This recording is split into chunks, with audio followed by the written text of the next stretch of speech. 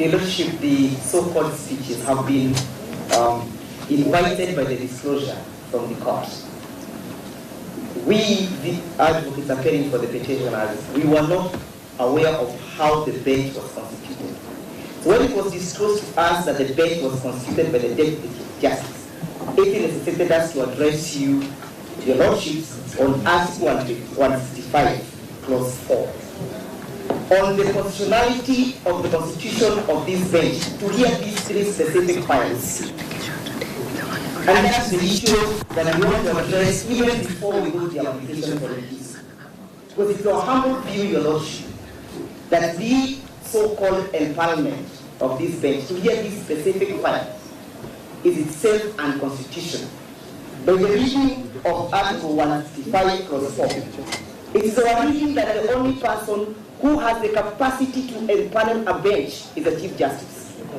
So we want to urge this court to perhaps interpret for us whether the Deputy Chief Justice can empanel a bench. Number two, Your Lordship, is where did the Chief Justice get the authority to empanel the bench? Was the Chief Justice present? Why did the Chief Justice execute her functions and her mandate under Article 165, Clause 4? What was the necessity of the delegation of this function? Those are pertinent issues, Your Lordship, that requires clarification before we go to the roots of the matter, the crux of the matter. It's our submissions, Your Lordship, that the Chief Justice, who is exercising delegated powers, cannot further delegate the Deputy Chief Justice. That's why the Constitution is in white and black, that the obligations and the duty belongs to the Chief Justice. Finally, Your Lordship, the reason why we find ourselves in this situation is because of what the court is struggling to explain to us.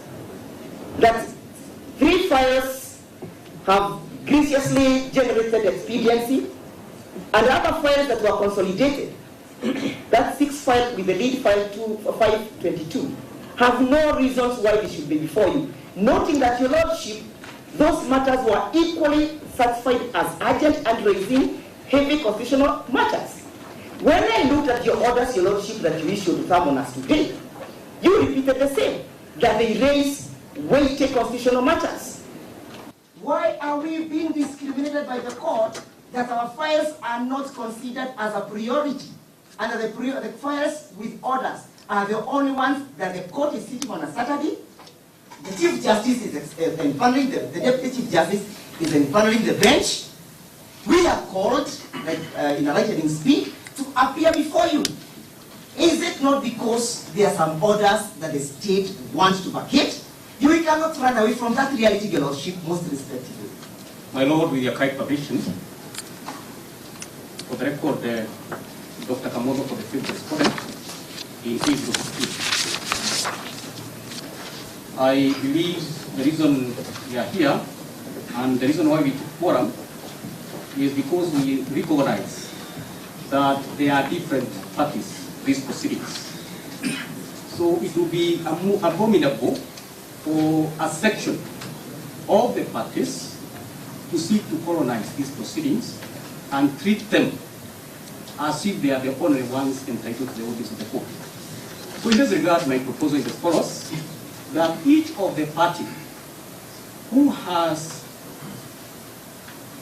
representation has been taken gets an opportunity